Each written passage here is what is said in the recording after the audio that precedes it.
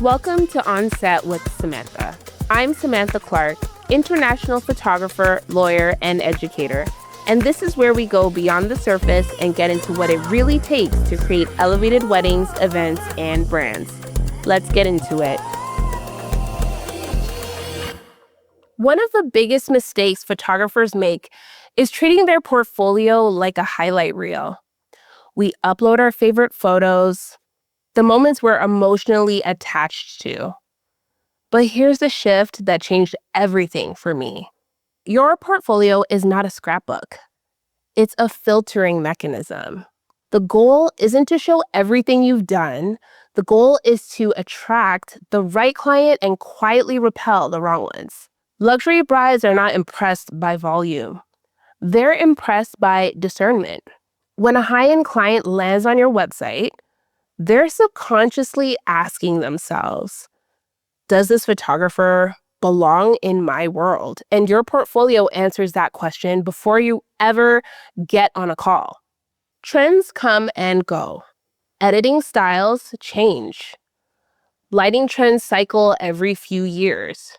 But emotion never expires. One of the images that still resonates most with my clients is a quiet first look in Lake Como. No dramatic posing, no trendy lighting, just two people taking a breath together before their ceremony. And that image will still feel powerful 20 years from now. Luxury brides are not buying a preset. They're buying legacy. So when you curate your portfolio, ask yourself these questions. Is this image powerful because of a trend or because of the emotion inside of the frame? Timeless portfolios always prioritize emotional depth over temporary aesthetics. High-end clients are incredibly visually literate. They travel, they're cultured, they've stayed in beautiful places. They've seen editorial campaigns. They understand design. So the environments that you show in your portfolio matter. Think about elements like architecture, florals, negative space, movement, refined compositions. For example, intricate Georgian florals or a balcony overlooking Lake Como immediately signal sophistication. These visual cues communicate value before you ever talk about pricing. Even if you're shooting locally, the way you frame a space can elevate it. A strong photographer doesn't just capture a wedding. They translate the environmental elegance of the event.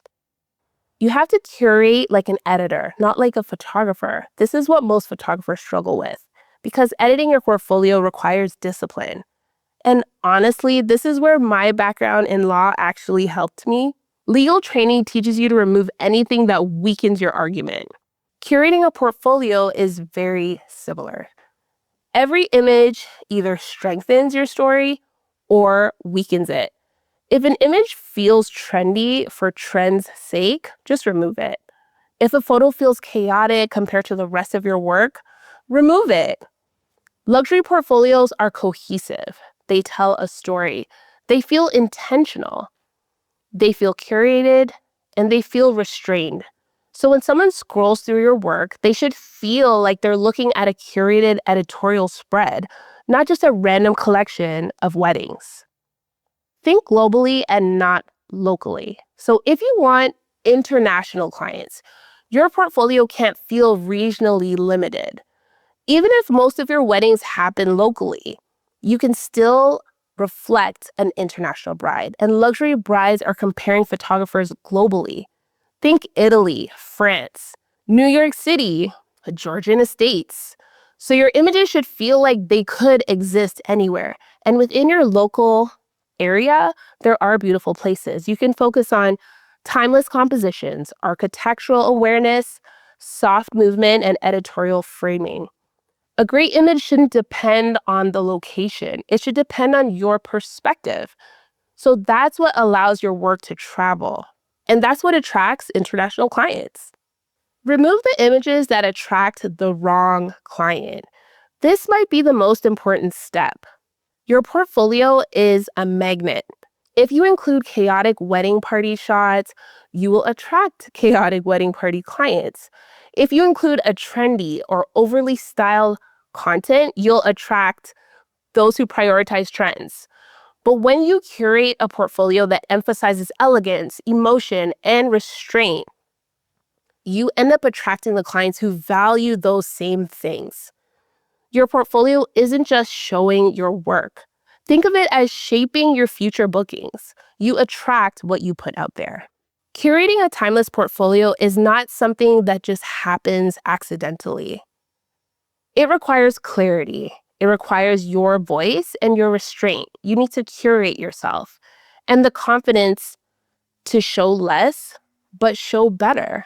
When your portfolio prioritizes emotional depth, when your images signal sophistication, and when your work reflects a global perspective, you stop chasing high-end clients. They come to you. They start finding you. They start hunting you down. And if you're wondering what tools and gear actually support this level of work, I created a free resource just for you. It's my luxury wedding gear guide where I break down the cameras, lenses, and lighting I use to create editorial, timeless images for high-end weddings. You can download it using the link below, or you can scan the QR code on the screen. And if you want more conversations about building a photography business that attracts luxury and high-end clients around the world, make sure you subscribe. Because we're not just building portfolios here, we're building positioning that travels. Thanks for watching. That's a wrap on this episode of On Set with Samantha. If you enjoyed this conversation, make sure you're subscribed. And if you want a behind-the-scenes look at the exact gear I use on set, you can download my free guide, my on-set gear guide, in the show notes or by scanning the QR code. I'll see you next time.